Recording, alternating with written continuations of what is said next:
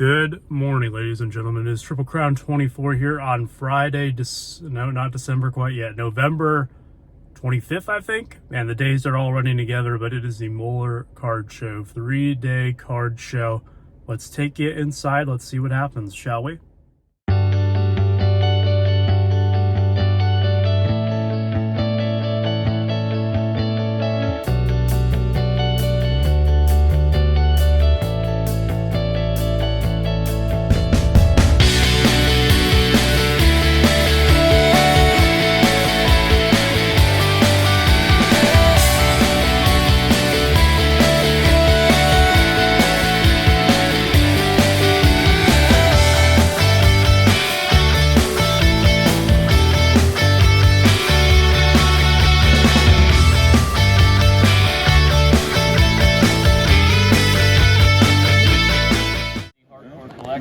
Early value box digging.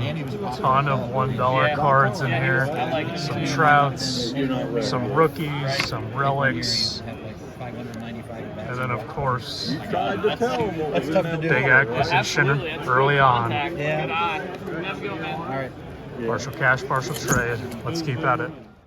All right, so now I'm back at the office. It is day 2, and you'll notice I'm not at the show yet. That is because I had an SGC order come in and all my regular mail as well, so trying to get all that sorted out, but about to head over to the show again here for round 2.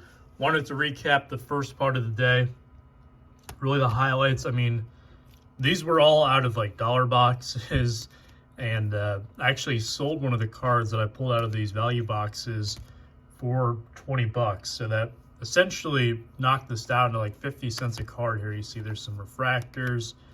There's a holiday trout short print, some relics in here. I mean, there's nothing absolutely insane. I didn't find any $100 cards in these boxes, but really solid. Like maybe there's some $5 to $10 cards in here, maybe some a little bit less, but Freddie Freeman rookie, Devers first Bowman, like these are the types of cards that if I see them for $1, I gotta grab them. So also picked this one up. I don't know if I showed this earlier on in the video, but Whitey Ford rookie here, hoping to get a 2 on it. This was a partial deal, and that was kind of the name of the game, so I was able to pick that up.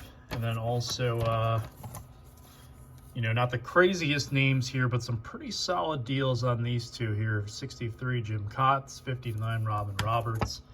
And of course, the big boy of the day was the 49 Bowman Duke Snyder rookie. So hopefully day 2 is as good as day 1. I'm probably not going to be as aggressive today. This is kind of my moving day, if you will. I need to go buy some supplies and probably try to hit the dollar boxes that I didn't hit yesterday, and then try to make some bigger deals happen for the matinee finish wrap up tomorrow before everybody heads home. So we'll see how it goes. Check you guys out in a minute.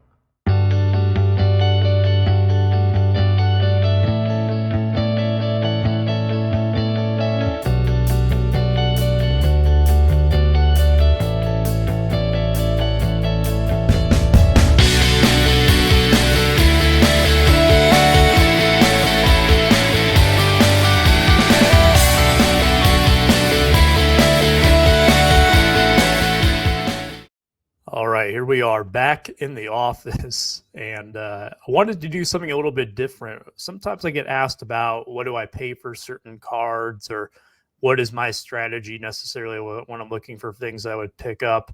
And it happened to work out where a lot of my pickups from this show were things that actually moved relatively quickly in the store, or in even outside the store. I think I made a deal through Twitter or Instagram, one of the two, and I wanted to kind of show that off just because I get asked about it sometimes. So I'm going to show you some of the things that had moved. First up is a 63 Jim Kott. I'm very pleased with this one.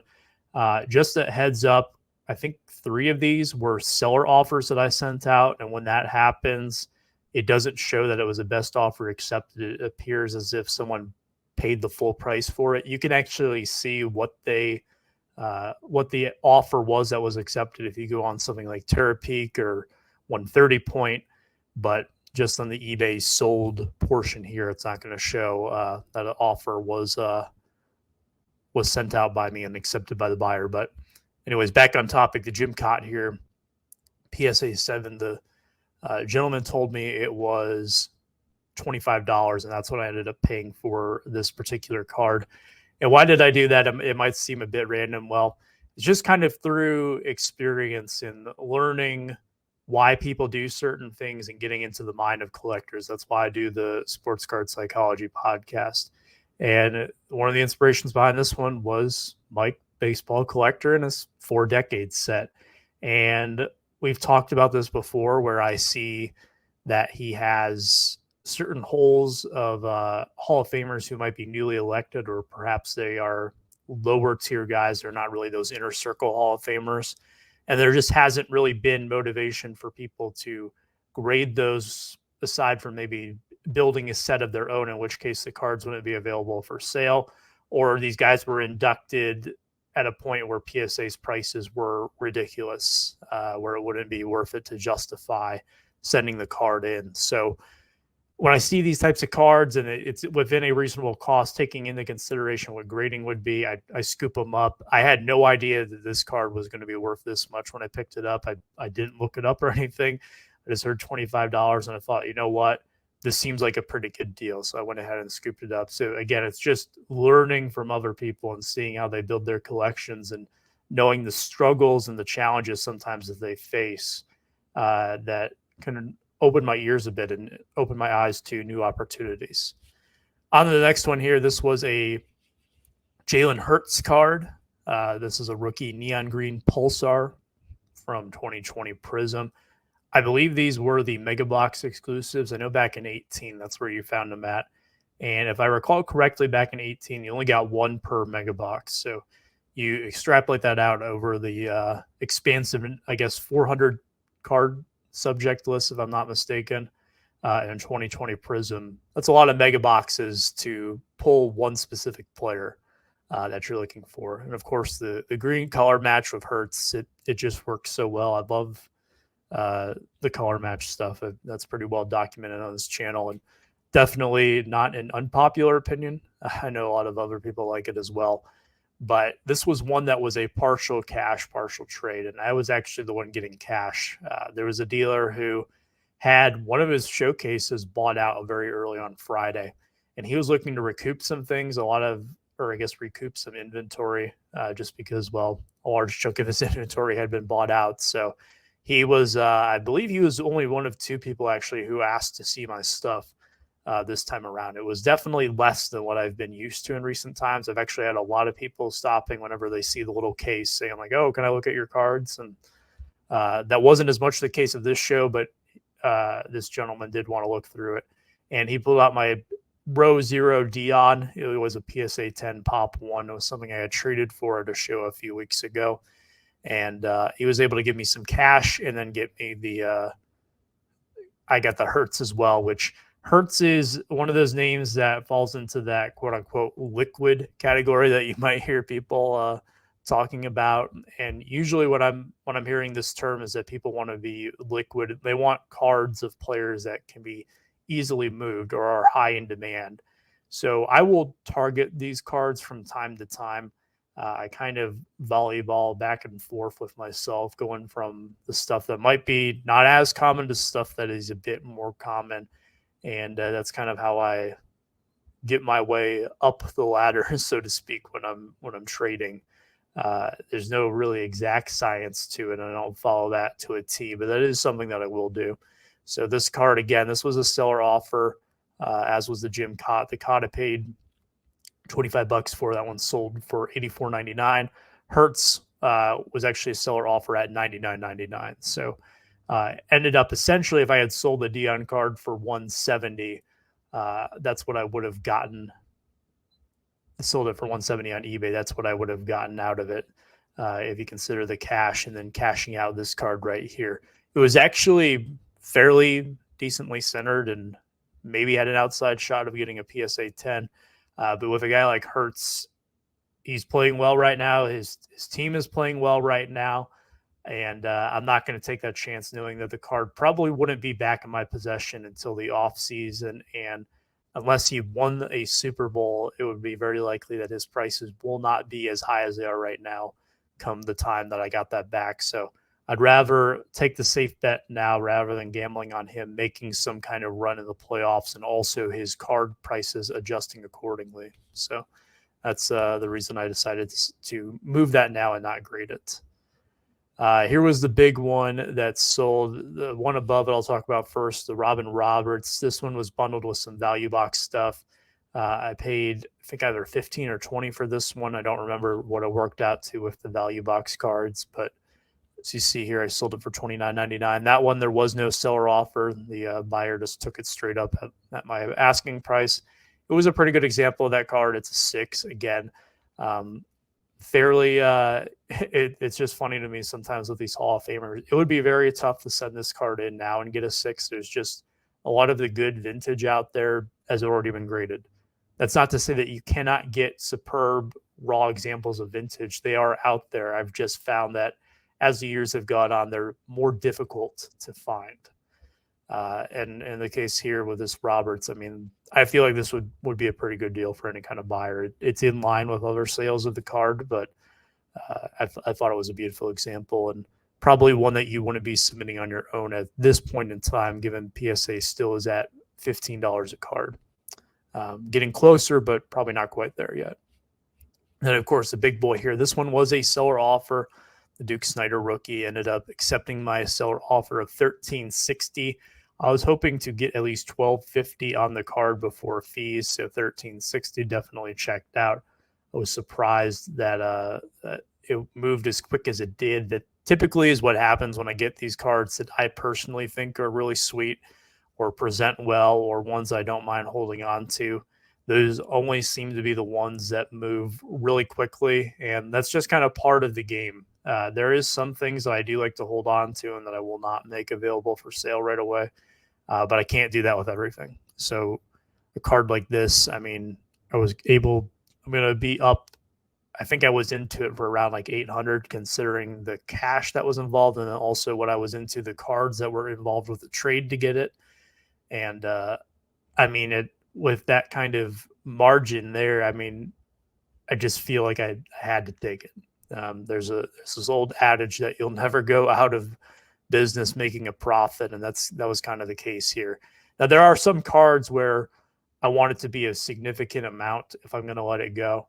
I don't necessarily need to hit a home run every single time. I do take losses. In fact, I probably take more losses than I should. I'm trying to get better with that still, all these years later.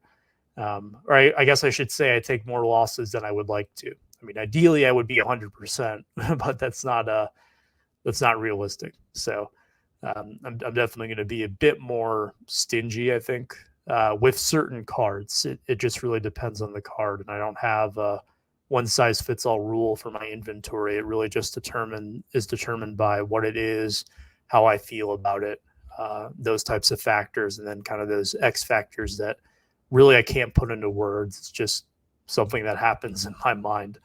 But the Snider rookie, this is being sent off to authenticity guarantee right now. Fingers crossed on that. But I was very pleased that card got the amount that it did. I kind of missed it a little bit. It was a very nice example of the Snider, but it's just part of the game. So that was what had sold. To give you a kind of final rundown of the card show here, it is a 3-day show. I only ended up going to Friday and then probably 2/3 of the day on Saturday, just because I had seen everything and I felt like any of the deals that I was going to make had already been made at that point in time. And one of the reasons for that is because, unfortunately, there are just certain tables at this show where I know that nothing's going to happen. And it's only because it's stuff that I can't really do much with. There's a table or several tables where it's just big memorabilia pieces where they're kind of more unique, or they're pieces of art. And for what I'm looking to do, it doesn't really line up. And a lot of it is also geared towards a Cincinnati crowd, which makes sense considering where the show's at. And I'm not a Cincinnati fan, so it really doesn't appeal to me as a collector as well. And therefore, it's just something that's not going to work out. There is a gentleman who has like 4 or 5 tables that has like 5-cent boxes and penny boxes. And I don't know if there's ever been an open share at this table. I don't know how he makes enough to justify the cost of setup at the show, because I think it's like $200 for the whole weekend for just one table. And I mean, these guys have multiple tables. So I don't know how he's doing it. But that table is always packed, but there's just not really anything there that, that jumps out to me. I've looked through the boxes maybe a couple times in the history of the Moeller show, and I've never really found anything for my collection or otherwise that I wanted to grab from there.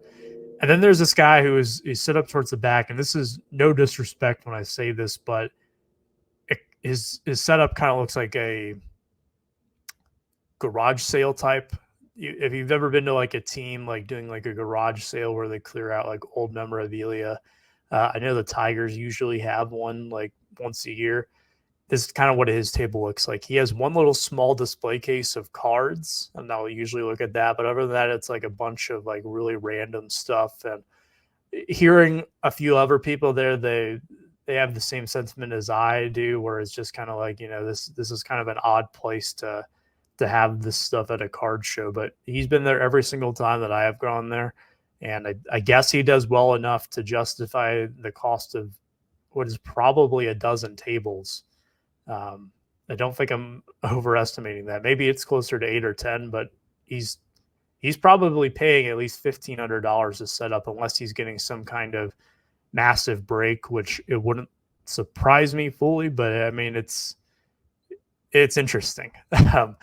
And other than that, I mean, there's just some tables where it's guys who have had the same inventory there since the very first time I went to that show many moons ago.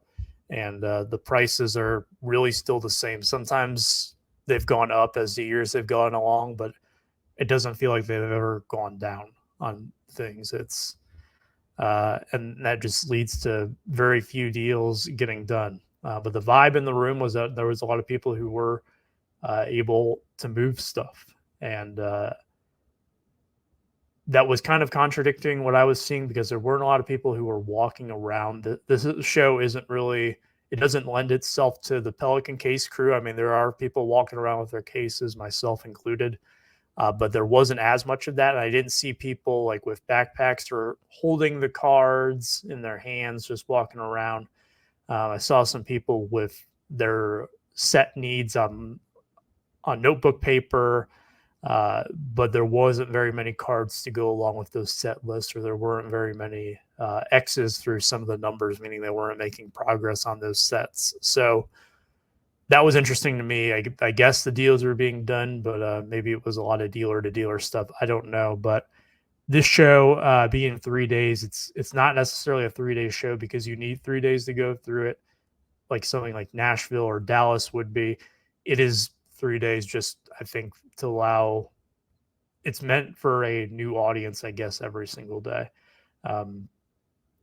So that was it for the show recap. I hope that you enjoyed this presentation. It's a bit different than what I normally do, but I figured I would try to mix it up. And if you do like this style as opposed to what I normally do, would love to hear it. Or if you want me to do my typical recap, I will certainly entertain going back to that. Thank you so much for listening. Take care. Stay safe. Be kind.